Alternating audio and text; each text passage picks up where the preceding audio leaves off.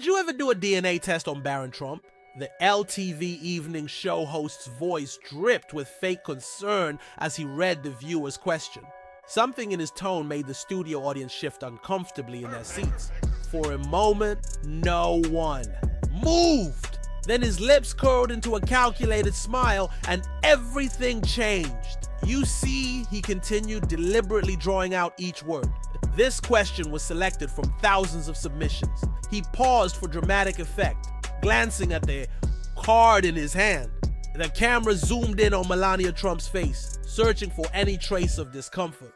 But something else was happening in the studio, something the cameras hadn't caught yet. In the back row, a woman clutched her purse so tightly that her knuckles turned white. In her other hand, she gripped a manila folder stuffed with what looked like medical documents. She kept opening her mouth as if to speak, then closing it again, her expression torn between hesitation and urgency. Her eyes darted between Melania and the host, filled with growing panic. When someone asks about DNA testing the son of a former president, the host continued, his implication unmistakable. We have to wonder about their true motives. He let the words hang in the air, heavy with suggestion. The studio lights seemed to dim, or maybe it was just the weight of what he was trying to do. But he had made one crucial mistake. Melania's expression hadn't changed, but something in her eyes had.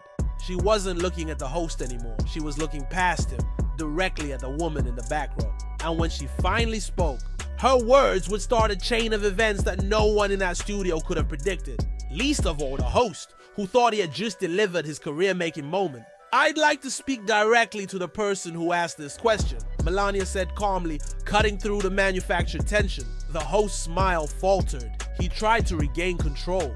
Oh, I don't think we need to. But Melania was already standing. There was something in her posture that commanded attention. The studio fell silent. Her next words caught everyone off guard. Cause I know why she really asked about genetic testing. The woman in the back row, Mrs. Anderson, trembled as she slowly stood. Tears streamed down her face as she clutched the folder to her chest. I'm sorry, she whispered, her voice breaking. I didn't mean it like that at all. The host's face drained of color as he realized his mistake. My son Tommy is 14 and already 6'4", she continued, choking back a sob. He's growing so fast and the doctors want all these expensive genetic tests. Medical bills spilled from her folder, years of financial struggle scattering across the studio floor. I've been working 3 jobs, she went on, her voice raw. The mounting medical debt had forced her to sell her car. Her son was in constant pain from his rapid growth, and the specialist kept demanding more tests. Desperate for answers, she had submitted her question to the show, not as an accusation, but as a plea for help. The host scrambled to redirect. Let's get back to the question of DNA testing, he tried, but Melania cut him off with a single gesture. You saw how tall Baron has grown, she said gently, turning to Mrs. Anderson, and you wondered if we had faced the same medical concerns you're facing now. That's when Melania opened her own folder. The host's planned expose began crumbling before his eyes.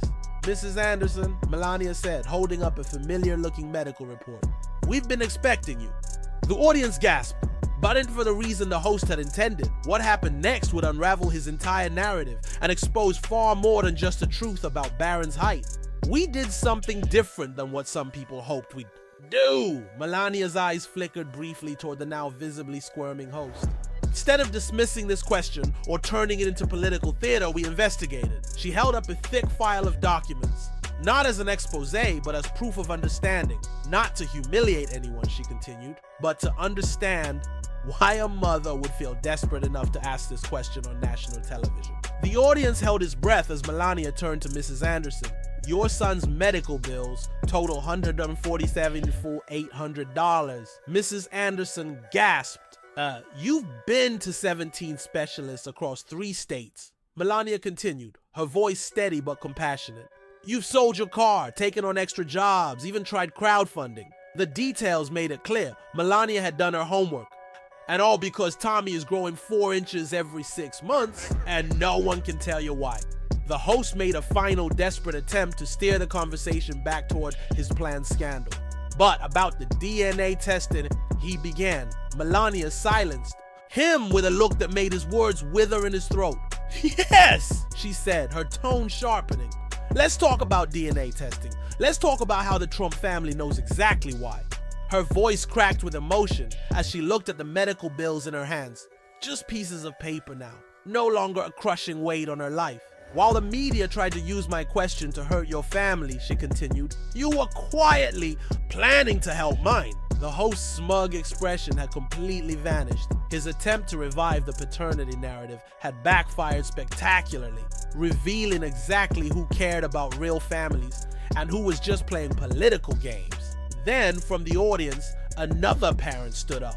They helped my daughter too, she called out. No cameras, no publicity, just help when we needed it. More voices joined in. One by one, parents stood, each sharing stories of quiet assistance, of bills paid, of treatments arranged, of a kindness that never sought the spotlight. The host loosened his collar, shifting uncomfortably in his chair. His planned character assassination was crumbling in the face of real testimonies. Melania stood gracefully. If you're finished trying to use my son for ratings, she said coolly, let's get back to what matters. She turned to Mrs. Anderson. Thumb. Doctors are ready to see Tommy first thing tomorrow morning. Out of the corner of her eye, she saw the host slump into his seat, utterly defeated. Every attempt he had made to create scandal had instead revealed the true character of the Trump family and his own. The studio audience had just witnessed a masterclass in turning politically motivated attacks into opportunities for truth. Studio lights dimmed as the show came to an end. But this story was far from over. In the days that followed, what was meant to be a scandal transformed into something extraordinary. Tommy's medical test revealed a treatable condition, one that dozens of other families unknowingly shared. The Trump Foundation expanded its medical network across 3 states, creating the largest private support system for families dealing with rapid growth issues. What started as a host's desperate gotcha moment had sparked a movement of real change. You tried to use my height to attack my family, Barron told the host when they finally crossed paths again. This time at the first support group meeting. The teenager stood tall, his arm around Tommy's shoulders, confidence radiating from you. Him! But instead you helped us find all these amazing families. The host, assigned by his network to cover the event, couldn't meet Barron's eyes. Nearby, Mrs. Anderson watched with quiet pride. Her son hadn't just found medical help, he had found a true friend. The meeting hall was filled with families who had once suffered in silence. Parents shared stories of financial struggles. Children spoke about dealing with bullies, with feeling different. But now, they weren't alone. They had medical support, financial assistance, and most importantly, each other. The irony wasn't lost on anyone. The liberal media had tried to create division, yet they had unknowingly helped build a community. Melania addressed the group, her voice warm and sure. Sometimes, she said, those who try to hurt us give us the greatest opportunities to do good. She turned to Mrs. Anderson, offering a knowing smile. They wanted to question our family, but instead they helped us build a bigger one. The room erupted in applause. More families walked through the doors, drawn by word of mouth, by hope. And as for the host, his downfall came swiftly. While he had tried to manufacture controversy, the Trump Foundation had created real change.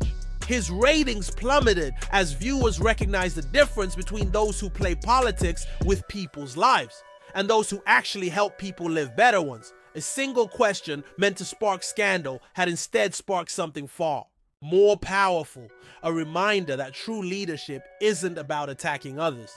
It's about lifting them up.